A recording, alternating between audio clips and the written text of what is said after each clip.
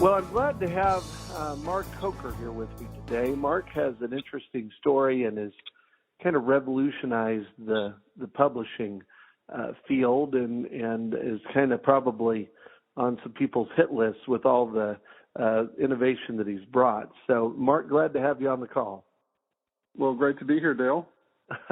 And, you have such an interesting story of how you decided to start Smashwords. And so can you tell a little bit about how that decision was made?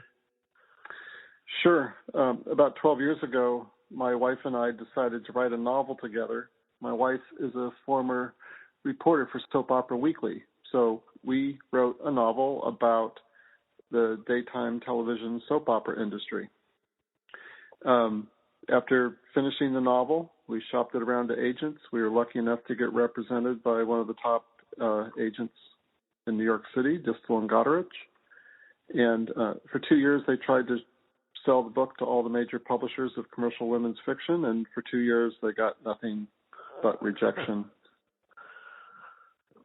So that, as you might imagine, was a frustrating experience. Our dream was to see our books on our book, on bookshelves. Right. In fact, really, the sole extent of our dream was to see it on the shelf of Barnes & Noble, because that's where we went every Friday night for date night. And so the experience really opened my eyes to a big problem.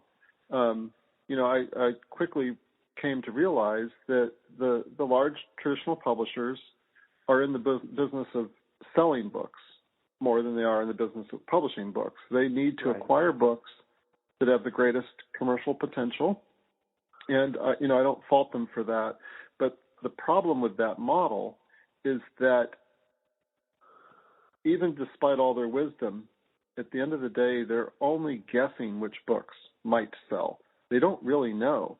And so they're rejecting, 99.5% of everything that comes in the door. And some of those books probably would have gone on to become bestsellers if only given the chance.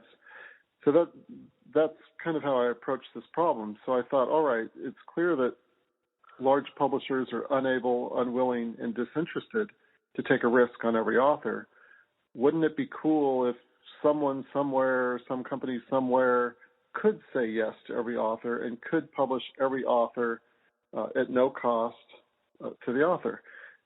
And that's what I started thinking about. And then I saw an opportunity for me to help solve this problem using technology and ebooks. Uh-huh. So around 2005, I started working on the business plan, and by 2008, we launched Smashwords, which is a free ebook publishing and distribution platform. So we do truly make it fast, free, and easy for any writer anywhere in the world to self-publish an ebook, and then we let the readers decide which books are worth reading.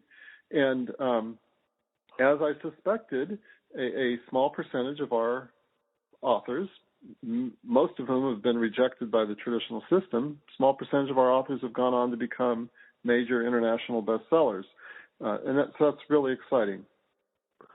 Well, yeah, and of course, the way we met was when I used your platform to publish The Intern almost exactly this time last year, and I was just amazed at kind of how much your model takes into account when it's publishing a book. I mean, the fact that it can format these things and be able to submit them to publish or platforms that all have different needs and everything.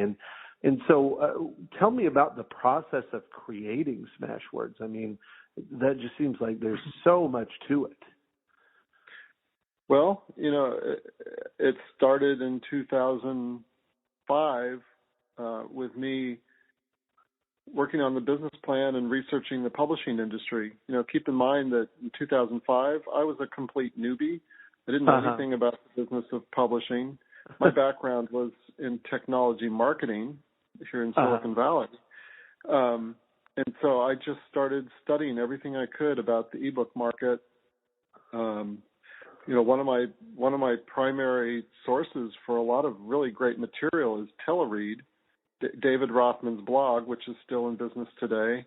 So, I just learned as much as I could, and then I drew on my knowledge. I mean, interestingly, my experience here in Silicon Valley in doing startups and working with different types of business models and business models for software and software distribution, it all came into play as I designed, Smashwords. And so I was designing Smashwords on paper, on screen. I'm not a programmer, but I defined everything about what the capabilities of the service would be, what the interface would look like, how we would engage with authors and with customers, all the way down to what each button was labeled and where it was located on the page.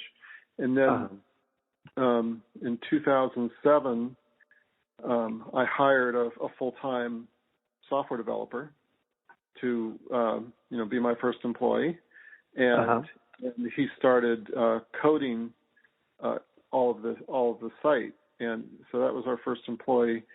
He later went on to get recruited away by Amazon to work on the Kindle team.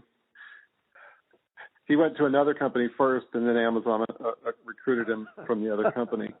So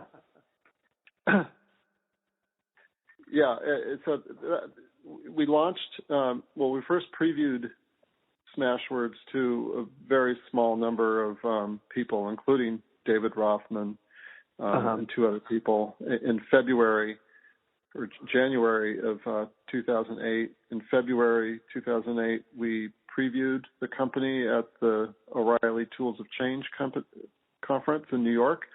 And then in May of 2008, after a few months of beta testing with a few dozen authors, we launched it to the public. Now, when Smashwords first launched,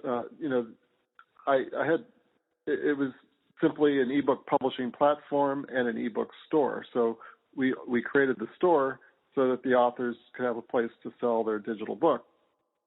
It wasn't until 2009 that I realized that, our little tiny store was just an island, and readers don't go to islands to find books. They go to bookstores.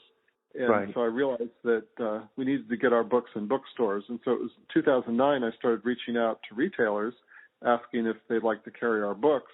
The first retailer that we contacted was Barnes & Noble, and to my surprise, they wanted every single one of our books. And so that really marked our entry into the distribution business and changed everything, because from that point forward, our books started selling, and within another 2.5 years after that, the business became profitable, which is really important when you're a startup founder such as myself and you are the sole funder of the company. We never took in any outside investors for this. I don't recommend, by the way, that you mortgage your house to start a business. It's scary. I bet. Well, so when, obviously in going from just a newbie with an idea in 2005 to that kind of blossoming in 2009, what were the things that surprised you the most about what you were seeing? Well, at the core of Smashwords from the very beginning, this was not a surprise. The only reason I was able to create this was because I had a different view of the world than conventional wisdom. Sure. Conventional wisdom was that all of those authors who were rejected, the 99.5%, those authors weren't good enough to be published. In fact, they weren't authors. They were failed writers. And so they weren't good enough. That was the conventional wisdom. And I looked at that conventional wisdom and I said, I realized that's BS. Right. And keep in mind, in 2000, one of my inspirations around that time was the rise of blogging, and bloggers received similar criticism. Prior, once bloggers started coming on the scene, you had professional writers, professional journalists with this attitude of how dare these people think that they can be a writer online or that they can act like a professional journalist. These guys are amateurs. That's what people said about bloggers. Looking back on that, we know that was BS as well. Right. And so Smashwords really started with this core belief that every single writer in the world deserves to have the freedom to publish a book and to be judged directly by the readers. Because these gatekeepers, the publishers, despite all the great value that they add, and I am a fan of publishers, I believe in publishers, I like publishers, but despite all their talents and despite all their good intentions, they don't know what's going to sell. And they, in my opinion, this is the wrong way to decide which books should be published and which should not. A book's value to humanity cannot be judged by commercial sales alone. And so it was not a surprise to me, to see a small percentage of our authors go on to become bestsellers. That's exactly what I had faith in that would happen. But it was a surprise to see how quickly it grew. It really grew faster and became, a phenomenon much faster than I would have expected. I didn't expect that we would become a catalyst for launching this international, indie author movement. Right. And it really is a worldwide cultural movement. This idea that many writers have now, where they're self-identifying as an indie author. They're wearing that badge, whether it's indie author or self-published author. They're wearing that badge as a mark of pride. Right. and this is a radical change from 10 years ago when self-publishing was a four-letter word, and there was this incredible stigma around self-publishing. So it's been really, really great to see how that stigma is declining and how more and more writers are now aspiring to self-publish. That's really exciting. So that's been a pleasant surprise. I didn't think things would change so quickly. I didn't think that the ebook market would grow so quickly. So in 2005, when I first started researching the ebook market, ebooks accounted for about 1/10 of 1% of the ebook of the overall publishing market. It was either 0.1 or 0.2%. But based on the data from the Association of American Publishers, and they're the only ones that had data at that time, looking back over the prior 5 years that they were tracking, the market was still growing, but it was so infinitesimally small that no one saw that it was growing. Right. That was the time that I started working on the business plan. By the time we launched Smashwords, ebooks accounted for only about 1% of the overall book market. So still, ebooks were not on anyone's radar screen. And so when I was looking at the numbers, I was pleased to see that the ebook market was growing very quickly, but based on the current growth rates, it wasn't going to achieve, 10% for another, 5 or 6 years. Right. But what happened in 2008 was kind of this perfect storm. I got really lucky on the timing of the launch of Smashwords because Amazon launched the Kindle in late 2007. Sony had already launched their ebook reader, which was probably the first commercially successful ebook reader. And then in 2009, Barnes & Noble entered the market and made a huge impact. And then you had Kobo in the market. And then Apple iBooks entered the market in April 2010. And we were we were among that first group of 4 or 5 authorized distributors to the Apple iBook store. We had about 2,000 books in their store on day one. Wow. So the market just started growing exponentially from 2008 onward. And, so today ebooks probably account for around 25% of the overall book market here in the U.S. It's been a rapid rise. But what's also interesting is that the market has been essentially flat for the last 2 years, 2.5 years. So that exponential rise happened really all at once. It was just so much faster than anyone would have imagined. And now I think the market's at a state of equilibrium between the different formats for reading, print and digital.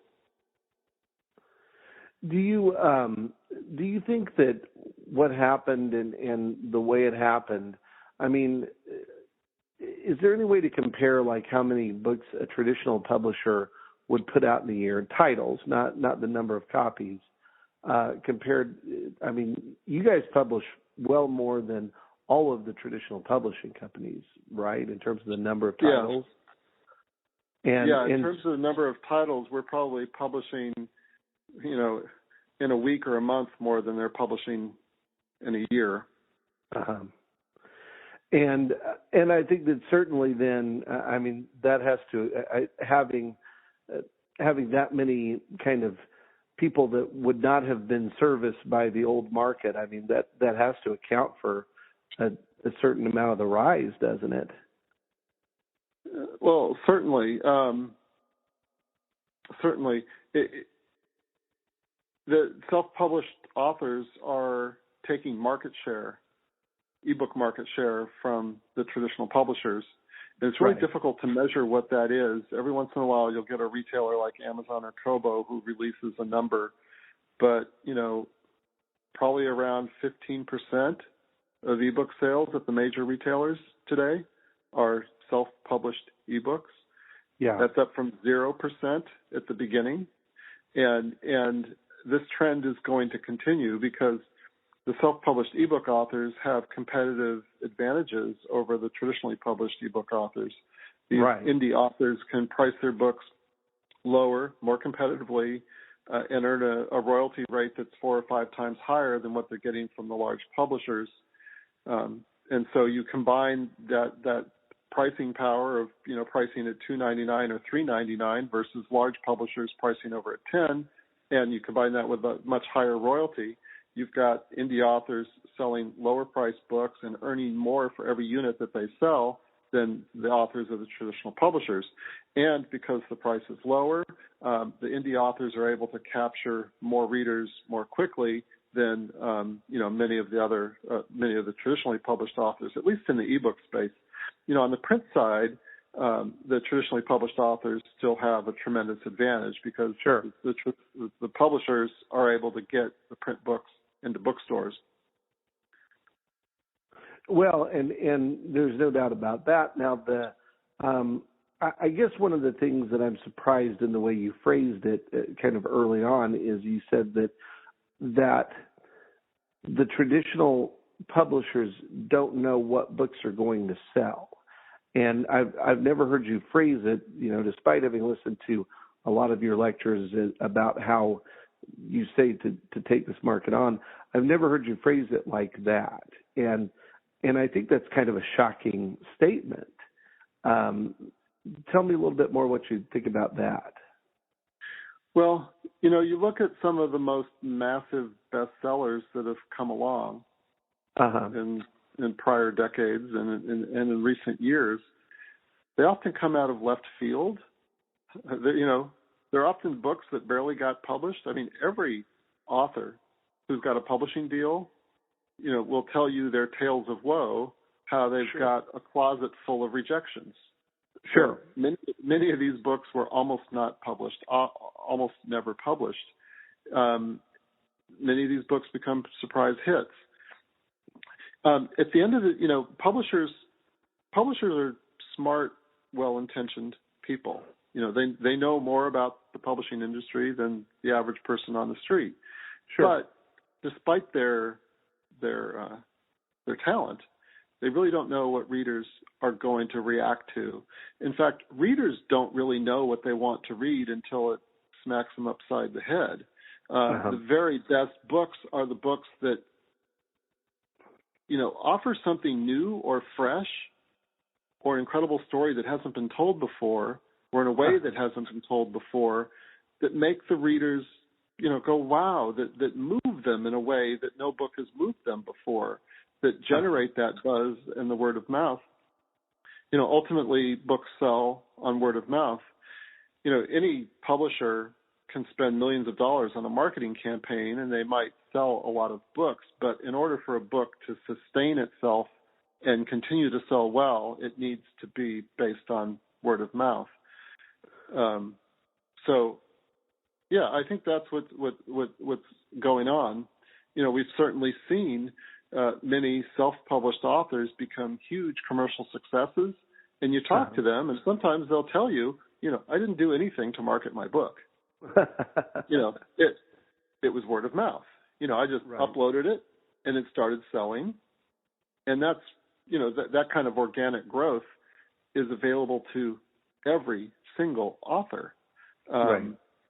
Because we can tell, because we operate the Smashwords store, even though it's a very small piece of our business, it's very clear that there are different types of readers out there.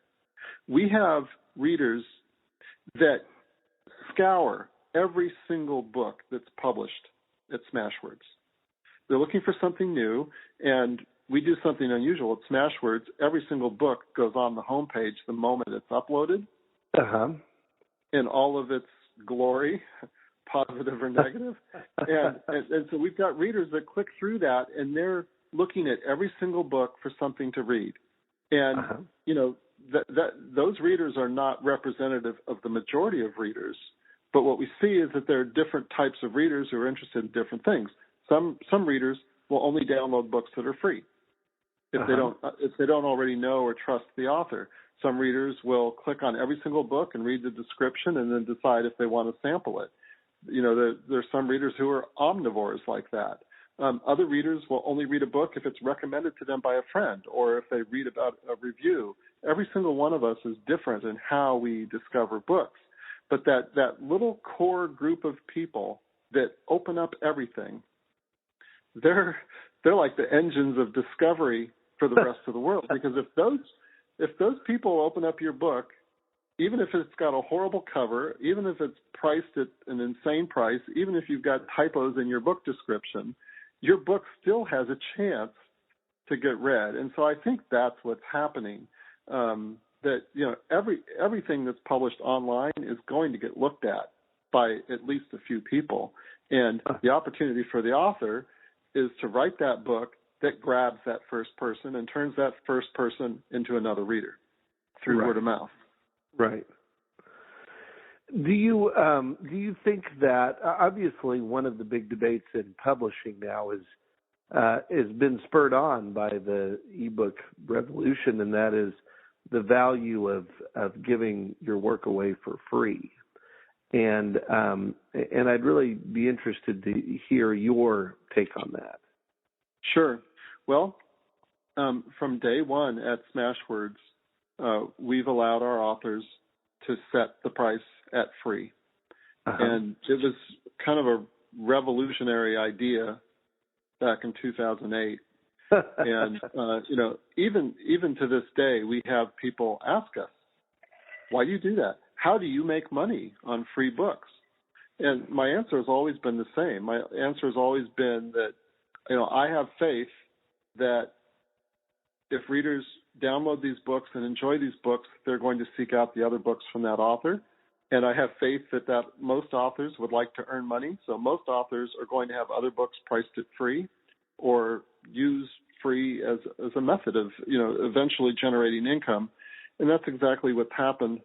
And, this idea, this belief, this faith in free, the power of free, was really proved to me it was about 20 years ago. About 20 years ago, in my prior career doing public relations for technology companies, one of my first clients was a little shareware company in Santa Clara, California, and they gave their software away for free. They invited anyone to download it and steal it, and you could pay on the honor system. And so a lot of people stole their software and never paid for it, but a small percentage of people paid for it. That company was McAfee Associates, one of the world's largest antivirus software companies today. So when I first started working with that company, they were just like a $15 million company. They didn't even have a sales or marketing team. They just had a fax machine that spit out purchase orders.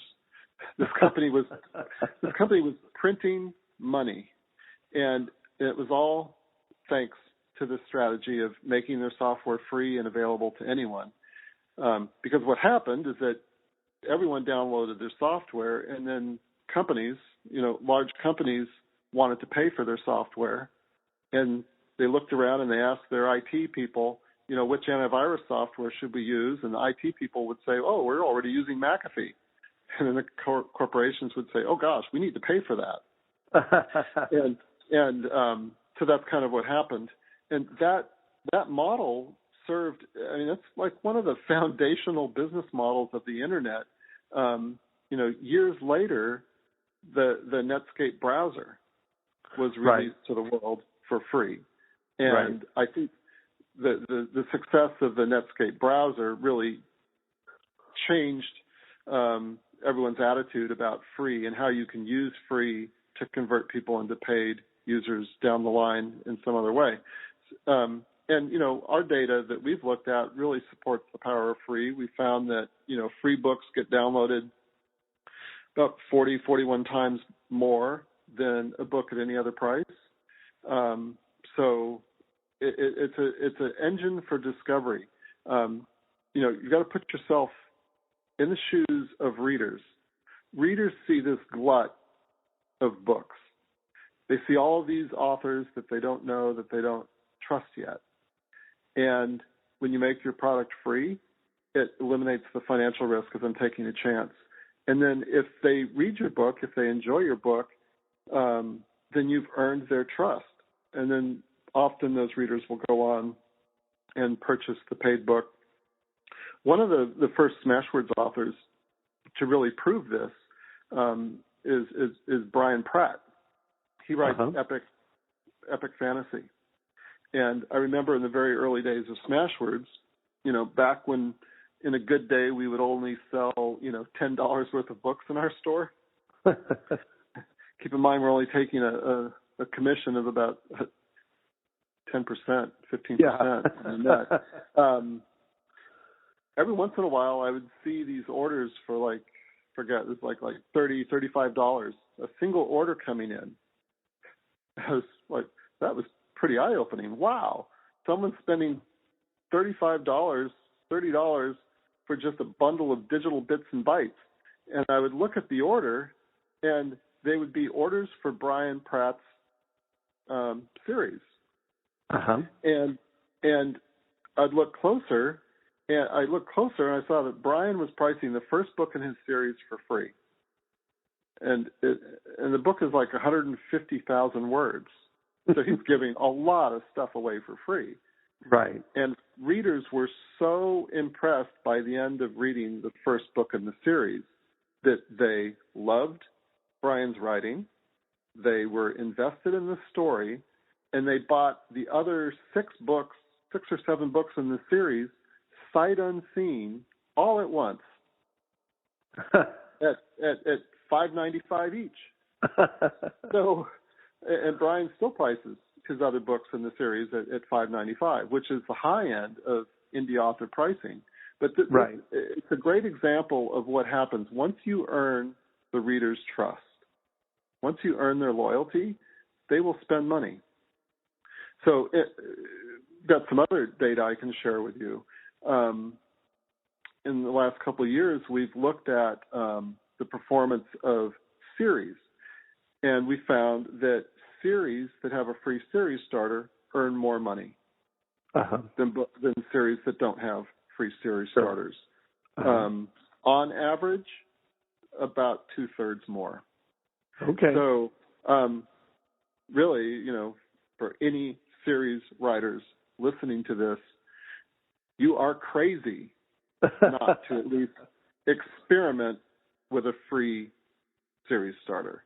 Right. It really does work for a lot of authors. I've seen it change the lives of authors who, were selling, moderately well, but nothing fantastic, and then they change the series starter to free, and suddenly they are a bestseller just because of that.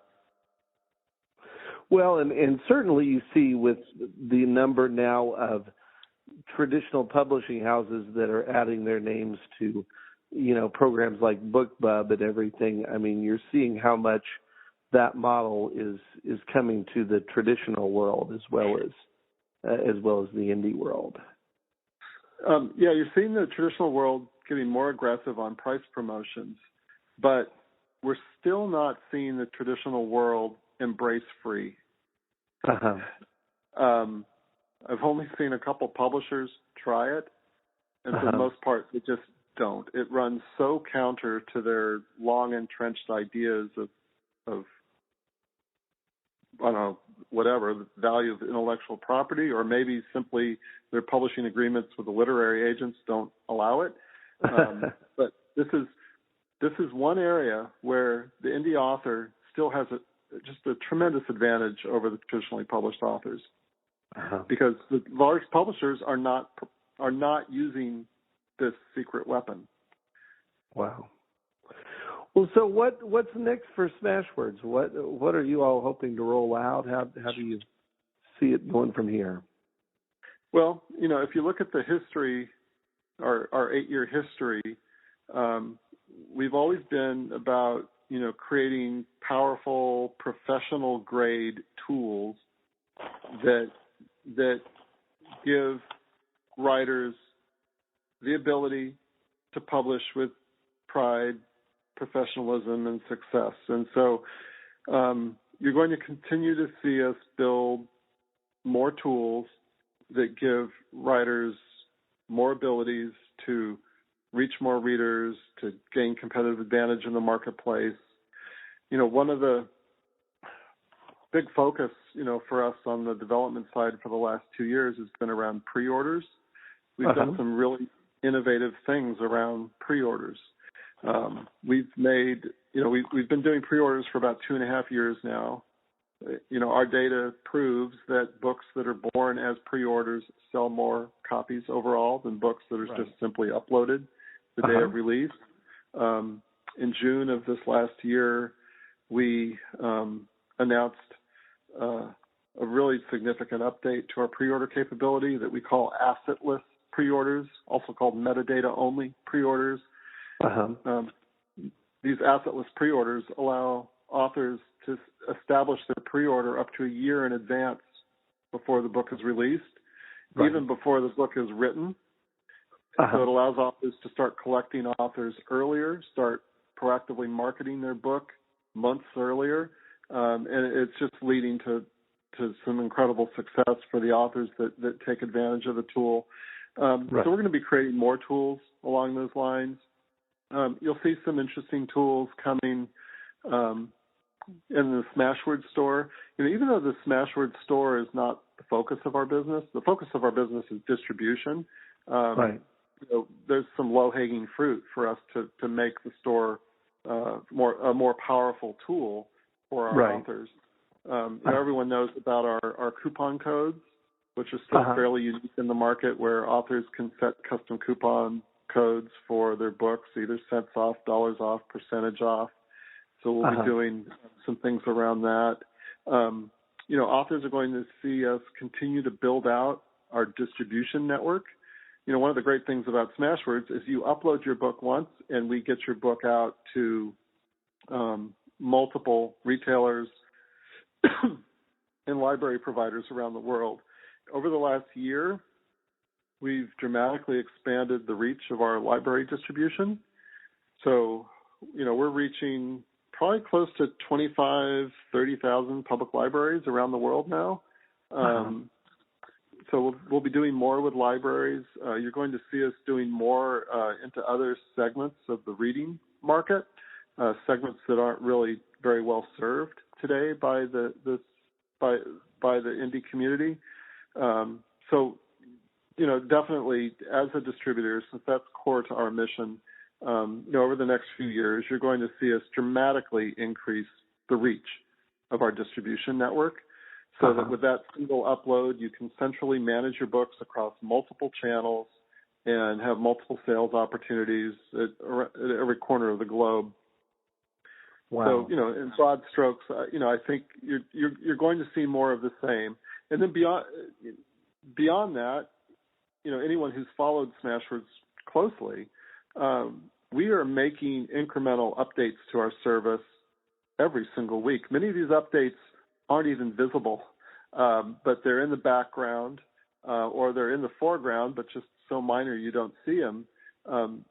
Just like ebooks are dynamic living creatures that can evolve over time, Smashwords is evolving over time. We're always working to make our service more accessible, more available, and easier for more writers around the world, because I want to publish every single book in the world. Is that too much to ask? Well, I think it's exactly what you ought to do. I was in Cuba last week as part of a publishing industry delegation. We went to Cuba, about 40 of us, and met with our publishing counterparts in Cuba. So we met with publishers and authors and academics. And, my message to the Cuban authors and publishers is that we want to publish every book in Cuba. Right.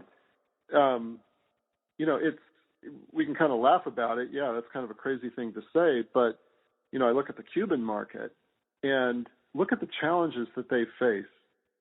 Even a doctor in Cuba, whether you're a doctor or you're a street sweeper, you're earning $15 or $20 a month. So you don't have a lot of money to invest in publishing your book. You need to be able to publish your book for free. And then you look at the publishers in Cuba, very small number of publishers, only about 45 publishers, and they're all funded by the government. And so they're all underfunded. So they don't have a lot of capital to invest in authors. And, I look at the market there, and I think this is a market that was made for Smashwords. Yeah, it sure is. They've got 11 million people in Cuba, so about 1/30 of the U.S. population. And they are the most literate country in the world. Their adult literacy rate is about 100%. Wow. In the U.S., the adult literacy rate is about 80%. So if they can publish even, if they can publish the same number of books per capita that are published in the United States, we should be seeing 30,000 books out of Cuba every single year. Wow. Whether traditionally published or self-published. And so, I'm excited about that. I don't see that market, becoming a big moneymaker for Smashwords or for anyone for a long time. But what's exciting to me is that you've got all of these writers with all of these amazing stories. I have faith and confidence that there are amazing stories that are going to be revealed to the world thanks to the wonders of free ebook self-publishing.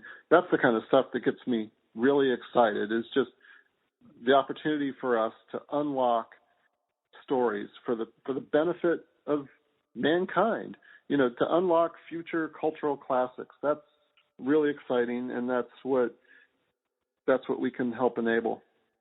Wow. So, Mark, let's say somebody hasn't heard of this before, but they've got something ready to go and that they've been thinking about, and this is their opportunity. Where do they need to go, and how do they need to get started? Well, I would encourage everyone to just go to www.smashwords.com, sign up for an account. It's free. Everything's free at Smashwords. And the confirmation email that we send you walks you through the next steps. I would encourage people to, and you'll see these links in the email, to read the 3 books that I've written on ebook publishing best practices. So there's the Smashwords Style Guide, which teaches you how to format and prepare your manuscript so you can upload it to Smashwords just using a word processor. There's the Smashwords Book Marketing Guide, which teaches all authors, even print authors, how to market their book for free. Like 40 ideas in that book, all free. And then the Secrets to Ebook Publishing Success. This book identifies the 30 best practices of the best-selling ebook authors. And, I'm a big promoter of best practices. Best practices is what separates the self-published amateurs from the self-published professionals. My message to the world is that if you are a self-published author, you can be as good or better than any other professional if you choose to be a professional, if you choose to implement best practices. And the people who cut corners, who are lazy, who don't try to become a professional publisher, they don't do well. So check out those 3 books. Those 3 books can be downloaded at Amazon or Smashwords or any retailer for free. They've been downloaded about 750,000 times in total. So they seem to be pretty popular with writers. Right. And they're useful even if you decide not to work with Smashwords. I'm all about sharing the information, and then people can do with it what they want. But that's where I would start. Every writer starting off, starts off from this point of total cluelessness. That's where I started. When my wife and I decided to write a book, I knew absolutely nothing about the publishing industry. And if you just kind of approach this with an open mind, be a sponge. Even today I'm a sponge. Even today I'm learning new stuff every single day. But just get out there, try to learn as much as you can. Look at what the best-selling authors are doing. What are they doing for cover design? What are they doing for book descriptions? You start to learn. Learn from the people who are successful. So that my 3 books will give you a head start. And if you feel intimidated, you don't even understand the language that we're using and what these words mean. There's a section at Smashwords, frequently asked questions, FAQ, that has a glossary of publishing terms. So that's a good place to start. If you run across a word that you don't understand, you can click over to the glossary and see what it means. Because, from my experience, every single author has the capability to think and act like a professional author. But, we need to understand the terminology before we can start learning. So, we provide that if you need it. Well, and I also found all of the YouTube videos extremely helpful that you've put up and disseminated. I mean, those were really helpful. Yeah, I didn't mention that, but, I do a lot of speaking around the country and around the world, just teaching writers how to self-publish books and teaching the best practices. And, a couple of years ago, I created a bunch of YouTube videos that are just basically me sharing the PowerPoint presentations that I do at the writers' conferences, but narrated. And those have been quite popular. This year I'll probably do a complete refresh of all of them. I think those were all done in late 2013. Most of the information, probably 95% of everything, is still current, but I'd like to update it and add some new details. But check those out. Those are at youtube.com/user/Smashwords. Well, cool. We'll put some links up on my site. And, Mark, I'm just really happy to have been able to sit down with you and talk about this stuff. And thanks for your time. Well, thanks, Dale, and thanks for helping to spread the word. Thanks for listening to my interview with Mark Coker. Go to DaleWileyShow.net for more links about Smashwords. Buy some books, spend some money, Copyright 2016.